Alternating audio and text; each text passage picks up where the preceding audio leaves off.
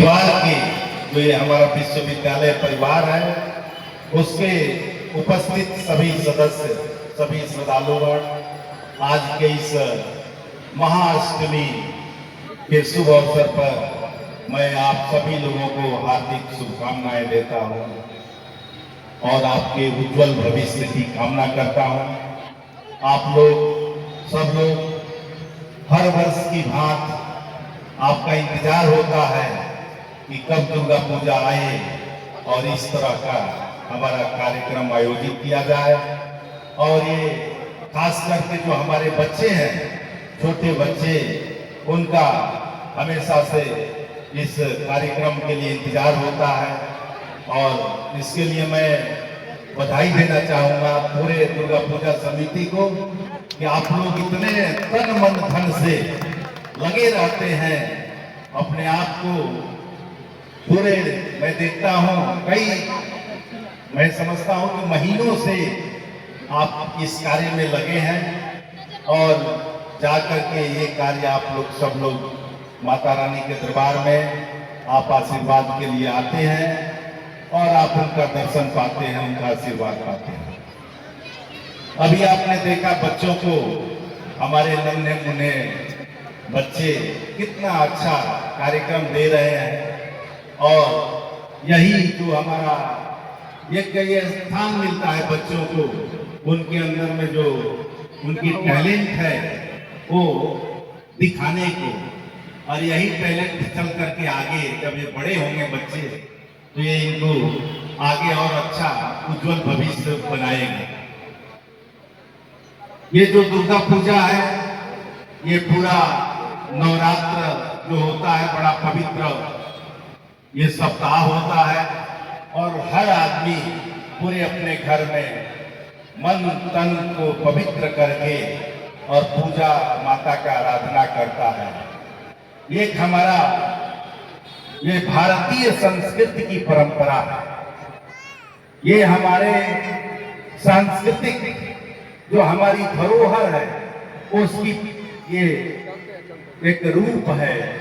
माता दुर्गा रानी के जो पूजा की जाती है, जो आप नौ रूप में उनको देखते हैं और वही नौ रूप आपको मातृशक्ति का रूप है। हमें समझना चाहिए कि मातृशक्ति क्या है और मातृशक्ति का हमेशा आदर करना चाहिए। और इसीलिए हम लोग माता के 9 रूप को, उनके तरह तरह के जो रूप हैं, शैलपुत्री से लेकर के सिद्धिदात्री तक, वो आप उनकी आराधना करते हैं और इससे हम लोगों को सबको एक सीख लेनी चाहिए। साथ साथ ये जो कार्यक्रम होता है, ये कार्यक्रम केवल पूजा तक ही नहीं है, ये हम सबको एक सामाजिक समरसता प्रदान करता है जिसमें हम सभी लोग, हर वर्ग के, हर धर्म के लोग इसमें आपस में इकट्ठा होकर के हम लोग ये कार्यक्रम करते हैं और ये एक सामाजिक समरसता का एक रूप है। हमारे अनेकता में एकता का ये रूप है और जो आप देख रहे हैं हमारे बच्चों ने उसका सारा यहाँ पर निरूपण किया है। बच्चे हमारे हर तरह के जो तरह तरह के आप अपने कला का प्रदर्शन कर रहे हैं।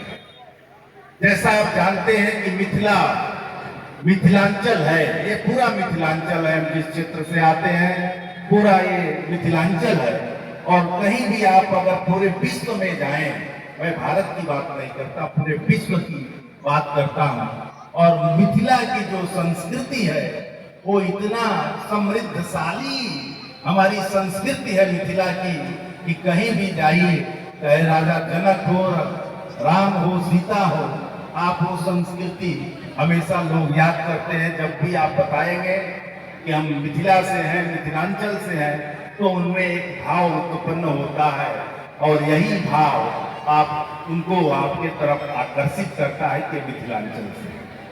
और उन्हीं का ये प्रसाद है कि जो मिथिला के लोग होते हैं, उनकी जो वाणी होती है, उनके जो बोलने की जो बोलते हैं, वो उसमें इतना मिठास होता है कि सब लोग इसको हमेशा याद करते हैं कि भाई मिथिला के जो वाणी है, मिथिला की जो संस्कृति है, शायद मैंने कहीं भी इस तरह की संस्कृति नहीं देखी। और इसलिए मैं आग्रह करूंगा आप सब लोगों से कि अपनी संस्कृति को हमेशा जागृत रखिए।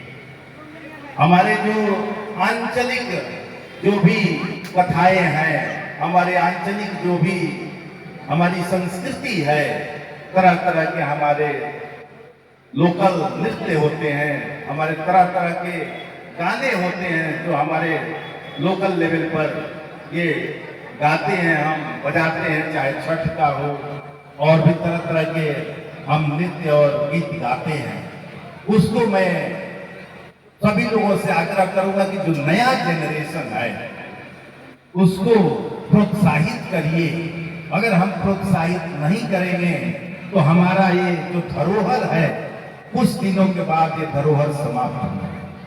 और यही एक ऐसा प्लेटफॉर्म है जहां पर कि हमको अपने संस्कृति को रक्षा करने के लिए, अपने जो हमारे वेशभूषा है वो उसको रक्षा करने के लिए हमें इस तरह के कार्यक्रम को बच्चों में प्रेरणा दे करके करना चाहिए।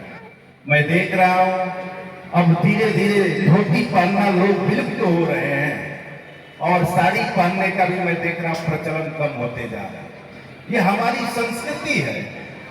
हम अपने संस्कृति को जीवित तभी रख सकते हैं जब आने वाले जनरेशन को भी प्रोत्साहित करें, उन्हें भी पता रहना चाहिए। मिथिला का जो मैं देखता हूँ रामलीला होता है इस अवसर पर, पूरे दिल्ली में आप जहाँ भी जाएंगे, क्योंकि हमारे जो बिहार के लोग हैं, हमारे भाई वहाँ हैं, हर जगह है और ये सब वहाँ बहुत ही मशहूर है और यहाँ की जो संस्कृति है वो लोग जीवित रखे हुए। मेरा आग्रह होगा कि इस तरह के कार्यक्रम अपने बच्चों को भी हम लोग प्रोत्साहित करें और एक दिन विशेष रूप से हमारे मिथिलांचल का गीत हो, मिथिलांचल के जो भी हमारे कुछ स्टॉल भी लगने चाहिए कि मिथिला में क्या क्या चीजें हैं। कुछ खाने के लिए बहुत अच्छे चीज बनते हैं मिथिला में, कुछ पहनावा भी होता है मिथिला में आपके जैसे, उस तरह के चीजों को हमें भी यहाँ पर एक रखना चाहिए जिससे कि हमारी जो सांस्कृतिक विरासत है वो विरासत आगे चले। समय ज्यादा हो चुका है, बच्चों का कार्यक्रम बहुत ही मनमोहक रहा और मैं देख रहा था कुछ बच्चों में इतने टैलेंट हैं, क्या उनमें कॉन्फिडेंस है। एक बच्चा, बीच में दो बच्चे जब डांस कर रहे थे और उनका रुक गया, उसके बावजूद चालू हुआ, अपने आप फिर शुरू हो गए। ये टैलेंट है, यही टैलेंट है कि आपको जहां भी छूट जाए उसके आगे आप कैसे उसको हैंडल करते हैं, कैसे उसको आगे बढ़ा देते हैं, यही सब में सबसे बड़ा टैलेंट है। उस बच्चे को बहुत बहुत मेरा आशीर्वाद है। पूरे जो भी यहाँ बच्चों ने प्रदर्शन किया है उनको बहुत बहुत आशीर्वाद है और इसी तरह से आप लोग ये कार्यक्रम को करते रहिए। आज के इस शुभ अवसर पर मैं आप सबसे एक और आग्रह करूंगा, मैं आप सबसे आग्रह करूंगा कि त्योहार का दिन आ चुका है, एक मौसम ये शुरू हो गया है त्योहार का। दीपावली आएगा, भाई दूज आएगा, छठ आएगा और इसी कड़ी में आप अपने देसी चीजों को अपनाइए, अपने देश में बने हुए चीजों को आप लोग अपनाइए। देश एक ऐसे समय से गुजर रहा है जहां पर हमें अपने देसी चीजों के लिए एक जागरण अभियान लगाना पड़ेगा। सबके जन जन में एक ऐसी प्रेरणा दीजिए कि जो भी हम यूज करें ज्यादा से ज्यादा, 100% नहीं कर सकते, जितना कर सकते हैं देसी चीजों का हम उपयोग करें। जब देसी चीज का हम उपयोग करेंगे तो मैं समझता हूं कि हमारा देश और भी सशक्त होगा, समृद्ध होगा, मजबूत होगा और यही हमारे को आशा है कि आने वाले समय में चाहे दीपावली हो, छठ हो, ज्यादा से ज्यादा अपने लोकल चीजें जो है, जो वोकल फॉर लोकल अगर ये करेंगे तो मैं समझता हूं कि एक देश के लिए भी आपका बहुत ही बड़ा योगदान होगा। अंत में मैं ज्यादा समय न लेते हुए पुनः एक बार पूरे सभी आयोजकों को मैं अपने तरफ से, पूरे विश्वविद्यालय के तरफ से